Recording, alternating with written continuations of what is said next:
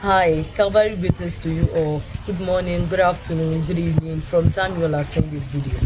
My name is Faith, and on today's episode, we'll be talking about Jonah must go. And our Bible text is taken from Jonah chapter 1, verse 1 to 17. I'm going to give a brief background of that passage and pick out some of the lessons I believe we all need to learn from it. We can always go back to the passage to read for more insight and understanding whenever we are free. But because of time, let's move on. Now, God gave Jonah a simple instruction. He said, "Arise, go to Nineveh, that great city. When you get there, cry against it, for their wickedness is come up to me." But Jonah decided to flee from God's presence by going to Tarshish. He went to Joppa. He paid for a boat that is going to Tarshish, and on their way going, they encountered a great storm that was sent by God, and that was how Jonah ended up in the belly of a fish for 3 good days.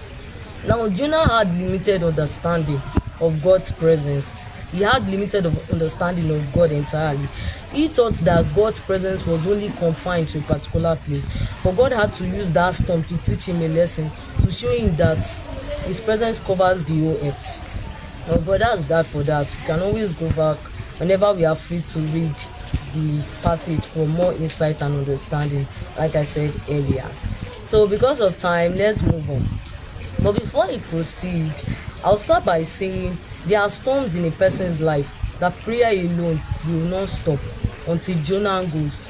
Jonah is anything or anyone that goes out, that is against the alignment of God will for a person's life. Jonah is anything or anyone that is against the alignment of God's will for a person's life. It may be a friend, an association, or even your mindset. But as long as you allow Jonah in your ship, you will always experience unnecessary storms. Now, these Jonahs may not always be obvious. Sometimes it may be they may be the thoughts that we entertain. For instance, fear, doubts, unbeliefs, disobedience, or even wrong beliefs that quietly destroys our destiny.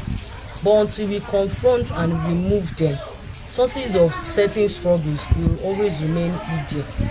That's the truth. If you look at the story of Abraham in the Bible, when God told him he should leave his father's house, it was a call for separation and total obedience, yet Lot went with him. And if you read through the passage, you discover that later their association brought about complication.